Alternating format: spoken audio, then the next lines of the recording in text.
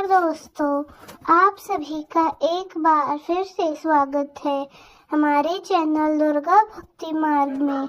आज मैं आप सभी को सुनाऊंगी बृहस्पतिवार की संपूर्ण कथा। प्राचीन काल की बात है। इसी राज्य में एक बहुत बड़ा प्रतापी राजा राज किया करता था। वह बहुत दानवीर और दयालु था।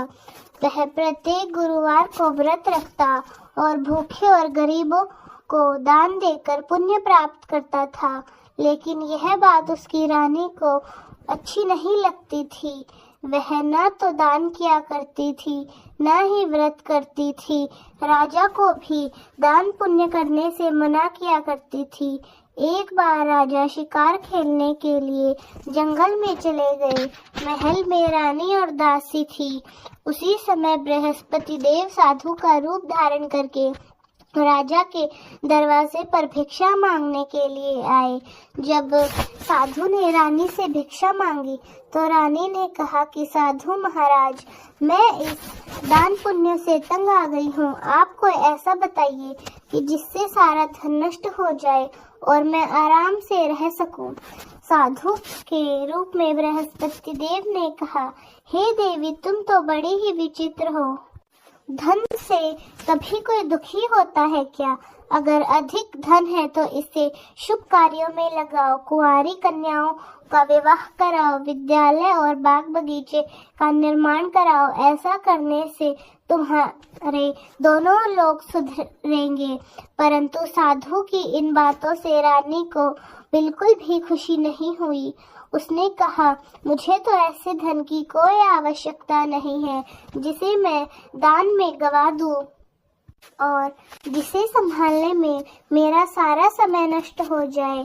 तभी साधु ने कहा, यदि तुम्हारी यही इच्छा है तो मैं जैसा कहता हूँ तुम वैसा ही करना। गुरुवार के दिन तुम अपने घर को गोबर से लीपना, अपने बालों को पीली मिट्टी से धोना, बाल धोते समय स्नान कर लेना। राजा से कहना कि वह बृहस्पतिवार को हजामत बनवा ले, भोजन में मांस मदिरा खाए, कपड़ा धोबी के यहाँ धुलने भेजना। इस प्रकार 7 बृहस्पतिवार ऐसा करने से तुम्हारा सारा धन नष्ट हो जाएगा। इतना कहकर साधु रूपी बृहस्पति देव अंतर्ध्यान हो गए। साधु के कहे अनुसार बातों को पूरा करते हुए रानी को केवल 3 ही बृहस्पतिवार बीते थे कि राजा की सारी धन संपत्ति नष्ट हो गई और भोजन के लिए भी राजा रानी का परिवार तरसने लगा। तब एक दिन राजा ने रानी से कहा कि रानी, तुम यहीं पर रहो, मैं दूसरे देश जाता हूँ, क्योंकि यहाँ पर सभी लोग मुझे जानते हैं।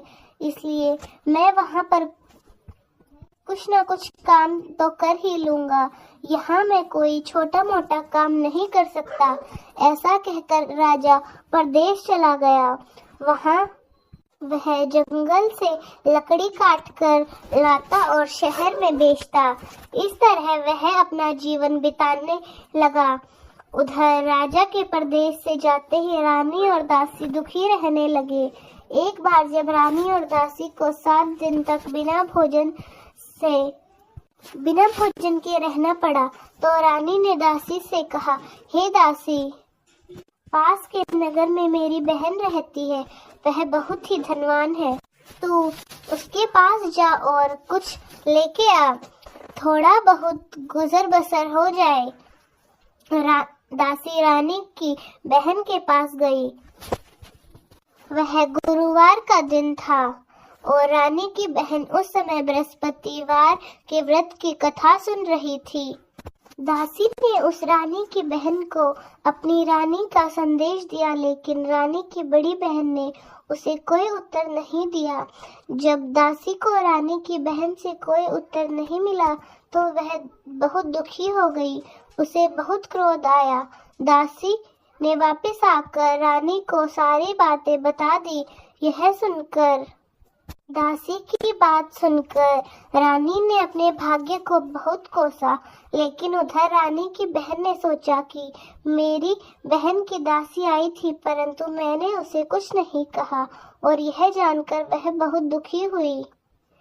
रानी की बहन ने कथा सुनी और पूजन समाप्त करके वह अपने बहन के घर के आई और उससे कहा, बहन मैं बृहस्पतिवार का व्रत कर रही थी, तुम्हारी दासी मेरे घर आई, परंतु जब मैं कथा सुन रही थी, जब तक कथा सुने तब तक कुछ बोलना नहीं चाहिए, ना ही उठना चाहिए, इसलिए मैं कुछ नहीं बोली। अब तुम बताओ दासी यहाँ क्यों आई थी? रानी ने कहा, बहन मैं तुमसे क्या छुपाऊं, हमारे घर में खाने को अनाज तक नहीं है। ऐसा कहते कहते रानी की आंखें भर आई। उसने दासी समेत पिछले 7 दिनों तक भूखा रहने की अपनी बात रानी की बहन को बताई। वह सब जानकर बोली, देखो बहन, भगवान बृहस्पति देव सबकी मनोकामनाएं पूर्ण करते हैं। देखो शायद तुम्हारे घर में अनाज रखा होगा। पहले तो रानी को विश्वास नहीं हुआ, पर बहन के आग्रह करने पर उसने अपनी दासी को अंदर भेजा तो उसमें सचमुच अनाज से भरा एक घड़ा मिल गया। यह देखकर दासी को बड़ी हैरानी हुई। दासी ने रानी से कहा, हे रानी, जब हम में भोजन नहीं मिलता तो हम व्रत ही तो करते हैं, इसलिए क्यों ना आपकी बहन से व्रत और कथा की विधि पूछ ली जाए ताकि हम भी व्रत कर सके। तब रानी ने अपनी बहन से बृहस्पतिवार की कथा के बारे में पूछा। रानी की बहन ने बताया कि बृहस्पतिवार व्रत में चने की दाल और मुनक्का से भगवान विष्णु का केले की जड़ में पूजन करें और दीपक जलाएं, व्रत कथा सुने और पीला भोजन ही ग्रहण करें। इससे बृहस्पति देव प्रसन्न होते हैं। उन्हें व्रत का पूजन की विधि बताकर रानी की बहन अपने घर वापस लौट आई। 7 दिनों के बाद जब गुरुवार आया तो रानी और दासी ने व्रत रखा।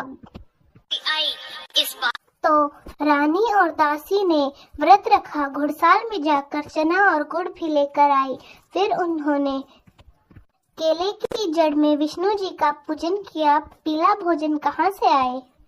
इसलिए बृहस्पति देव उनसे प्रसन्न थे, इसलिए वह एक साधारण व्यक्ति का रूप धारण करके 2 थालियों में सुंदर पीला भोजन दासी को दे गए। भोजन पाकर दासी बहुत प्रसन्न हुई। फिर रानी के साथ उसने पीला भोजन ग्रहण किया। उसके बाद से वे पीला भोजन ग्रहण किया।